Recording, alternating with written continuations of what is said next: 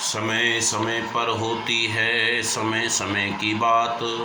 राम जन्म का दिन बड़ा और कृष्ण जन्म की रात। मित्रों, एक राजा था। राज करते करते उसको बहुत समय बीत गया।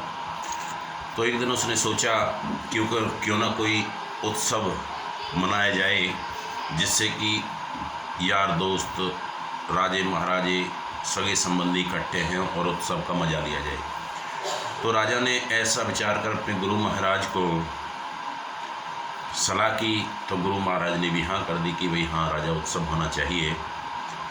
तो राजा ने एक मशहूर नर्तकी हुआ करती थी, उस नर्तकी को बुलाया।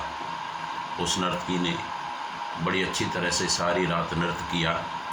जब सवेरे के 2-2:30 बजे का टाइम हुआ तो नर्तकी का जो तबले वाला था उसको नींद आने लगी। नींद आने के कारण तबले की ताल बिगड़ने लगी। तो नर्तकी का भी नाच तबले की ताल के कारण बिगड़ने लगा। तो उसने सोचा कि मेरा जो तबले वाला ये सो रहा है, अगर मैं इसको ऐसे ही सबके सामने बोलूँगी तो राजा पता नहीं क्रोधित ना हो जाए और हम दोनों को सजा ना दे। तो ऐसा विचार कर नर्तकी ने एक दोहा बोला कि बहु बीती थोड़ी रही पल पल बीती जाए, एक पलक के कारण कलंक न लग जाए। तो ये श्लोक सुनकर तबले वाला सचेत हो गया और अच्छी तरह से तबला बजाने लगा। तो वहाँ पर जितने भी लोग बैठे हुए थे तो सब लोगों ने इस श्लोक का अलग अलग मतलब निकाला।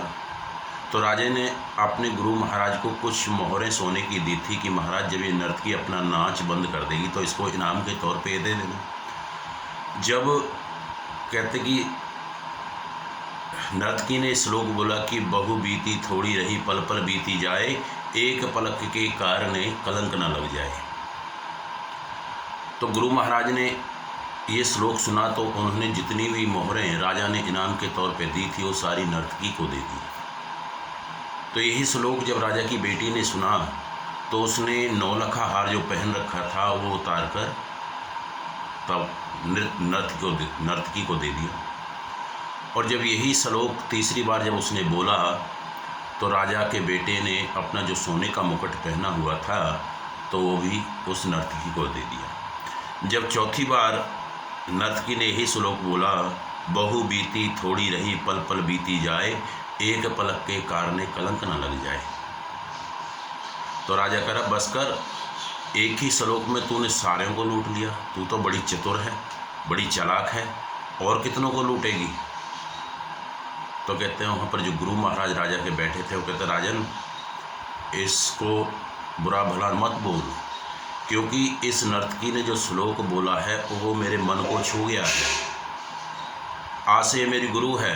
देखो, मैंने सारी जिंदगी जंगलों में रहकर पूजा पाठ में भगवान की भक्ति में निकाल दिया और आज मैं मुजरा देखने के कारण अपना जो है जन्म बेकार कर रहा हूँ। इस करके मैं तो चला जंगलों में भगवान की तपस्या करने के लिए। तो राजा की बेटी ने कहा कि महाराज आप इसको बुरा ना कहो, ये आज से मेरी भी गुरु है, क्योंकि मेरी इतनी उम्र हो गई और अभी तक तुमने मेरी शादी के बारे नहीं सोचा। सो मुझे तुम्हारा जो महावत है, जो हाथी चलाता है, उससे प्यार हो गया। आज मैं उसके साथ आज रात को भागने वाली थी, पर इसने मेरी आंखें खोल दी कि भाई तेरी इतनी उम्र बीत गई है, थोड़ी रह गई है, शादी तो तेरी एक दिन होनी है, फिर भागकर क्यों अपने पिता को कलंक लगाना चाहती है। इस करके मैंने तेरी इसके श्लोक से तेरा कलंक बचाया है। तो राजा के बेटे ने कहा कि पिताजी, ये मेरी भी गुरु बन गई है, क्योंकि मैं तुम्हारा इकलौता पुत्र हूँ और तुमने अभी तक मेरा राज तिलक नहीं किया। सो मैंने भी आज सेनापति से मिलकर तुम्हारी हत्या करने का विचार बनाया था। तो इस दोहे से मुझे ये सबक मिला कि भाई तू इकलौता पुत्र है, एक दिन राजा तो तुझे ही बनना है, फिर क्यों तू अपने पिता की हत्या करके उसको कलंक देना चाहता है। सो पिताजी, इसने मुझे बचाया। तो राजा की आंखें खुल गई। राजा ने उसी समय कहते कि अपना मुकुट उतार कर अपने बेटे का राज तिलक कर दिया, क्योंकि वहाँ पर गुरुजी भी बैठे थे, सारे रिश्तेदार भी बैठे थे, राजे महाराजे भी बैठे थे, मित्र बैठे थे। और बेटी से कहा कि बेटी मैं अब कल ही तेरा विवाह कर दूँगा। तो गुरु महाराज भी अपना सब कुछ छोड़कर भगवान की भक्ति में लीन हो गए।